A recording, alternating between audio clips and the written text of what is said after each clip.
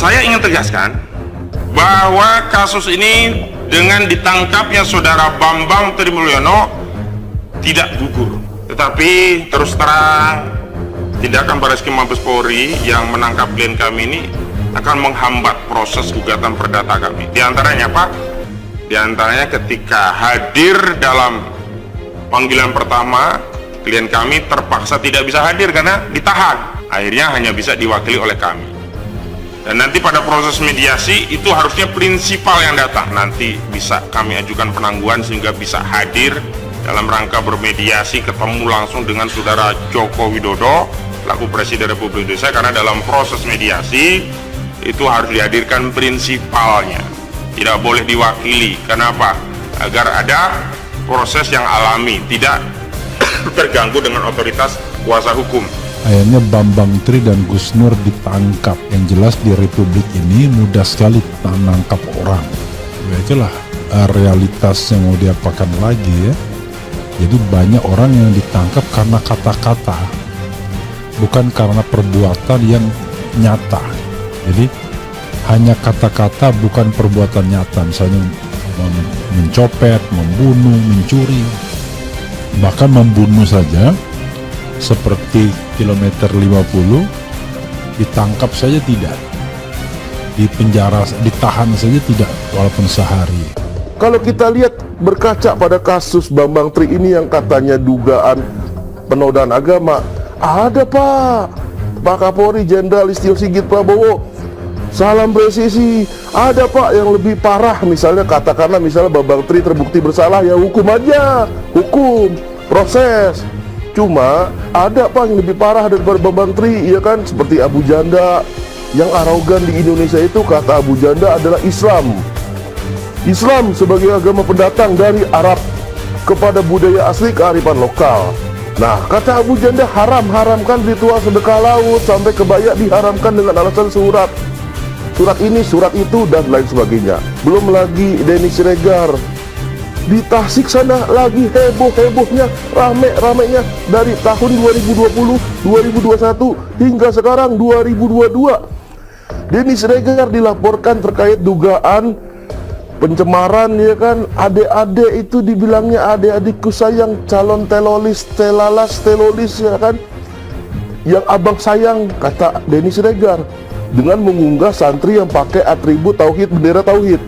Jadi semua kedunguan ini berawal dari kerdus yang digembok. Sudah kerdus digembok pakai gembok besi itu loh Bu. Jadi kita ini dibodohi gitu loh. Wis kerdus itu kalau ibu siram sama air ya langsung lepas. Jadi kita dibuat dungu, ya itu dibuat bodoh, ya kan? Mulai dari sini Bu. Akhirnya ibu tahu sendiri hasilnya. Coba Bu, wajah seperti ini kira-kira menang atau kalah? Kalah. Susah Bu, ini wajah susah, kalah. Berarti kemenangannya ini palsu. Akhirnya semuanya palsu, ya kan? Kemenangannya palsu, ijazahnya palsu, warunya palsu, omongannya juga palsu. Jadi akhirnya kepalsuan. Makanya ulama kita, Pak Habib Rizik Syihab, menyatakan di Indonesia ini darurat kebohongan dan kezaliman. Ya, kalau bahasa kasarnya darurat kepalsuan dan kezaliman. Gus Nur dan Bambang Trimulyono jadi tersangka penodaan agama. Dilansir dari Jakarta, CNN Indonesia, Barreskrim Polri menetapkan penggugat ijazah Presiden Joko Widodo, Bambang Trimulyono, dan Sugi Nur Raharja alias Gus Nur sebagai tersangka ujaran kebencian dan penodaan agama. Tersangka pertama adalah SNR Sugi Nur Raharja, kedua adalah BMT, kata Kabag Penum Humas Polri Kombes Nurul Azizahi di Mabes Polri Kamis. Nurul mengatakan keduanya diduga menyebarkan ujaran kebencian serta penistaan agama yang disebarkan akun lewat YouTube Gus Nur 13. penyidik Direktorat Tindak Pidana Siber Bareskrim Polri telah memeriksa 23 orang saksi dan 7 saksi ahli dalam kasus tersebut. Mereka berdua dijerat pasal 156A KUHP, pasal 45A ayat 2 junto pasal 48 ayat 2 Undang-Undang ITE. Sebelumnya Bambang ditangkap penyidik Bareskrim Polri di kawasan Tebet, Jakarta Selatan sore tadi sekitar pukul 15.30 waktu Indonesia Barat. Bareskrim tangkap Bambang Trimulyono terkait dugaan pelanggaran ITE. Dilansir dari Jakarta Antara, Direktorat Tindak Pidana Siber Bareskrim Polri menangkap Bambang Trimulyono, penggugat keaslian ijazah Presiden Joko Widodo di Hotel Sofia Tebet, Jakarta Selatan, terkait dugaan pelanggaran Undang-Undang Nomor 11 Tahun 2008 tentang informasi dan transaksi elektronik. Kepala Divisi Humas Polri Irjen Pol Teddy Prasetyo saat dikonfirmasi di Jakarta, Kamis membenarkan informasi penangkapan tersebut. Ya, betul ditangkap, kata Teddy. Informasi penangkapan Bambang Trimulyono beredar melalui pesan berantai yang diterima sejumlah media di Mabes Polri Kamis sekira pukul 15.44 waktu Indonesia Barat. Dalam pesan itu, tertera nama kuasa hukum penggugat yakni Ahmad Kozinudin. Teddy menjelaskan, informasi resmi terkait penangkapan itu akan disampaikan Direktur Tindak Pidana Siber Bareskrim Polri dan Kepala Bagian Penerangan Umum Divisi Humas Polri Kamis petang pukul 19.00 waktu Indonesia Barat. Nanti malam pukul 19.00 Kabak yang merilis bersama Direktur Siber, kata Teddy. Dia menambahkan penangkapan terhadap Bambang Trimulyono terkait dengan dugaan ujaran kebencian dan penistaan agama. Bambang Trimulyono menjadi perbincangan setelah menerbitkan buku Jokowi Undercover yang berisi sisi negatif Presiden Jokowi.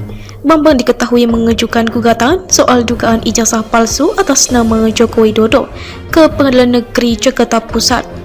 Bambang Trimulyono juga pernah ditahan penyidik Bareskrim Polri pada 30 Desember terkait pelanggaran Undang-Undang ITE karena buku berjudul Jokowi Undercover diduga berisi dugaan penulis. Saya ingin tegaskan bahwa kasus ini dengan ditangkapnya saudara Bambang Trimulyono tidak gugur, tetapi terus terang tindakan Bareskrim Mabes Polri yang menangkap klien kami ini akan menghambat proses gugatan perdata kami. Di antaranya apa? Di antaranya ketika hadir dalam panggilan pertama, klien kami terpaksa tidak bisa hadir karena ditahan. Akhirnya hanya bisa diwakili oleh kami.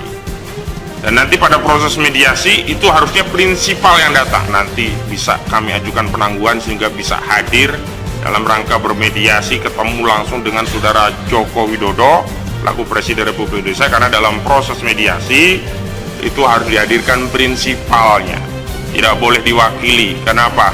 Agar ada proses yang alami, tidak terganggu dengan otoritas kuasa hukum. Akhirnya Bambang Tri dan Gus Nur ditangkap. Yang jelas di Republik ini mudah sekali menangkap orang.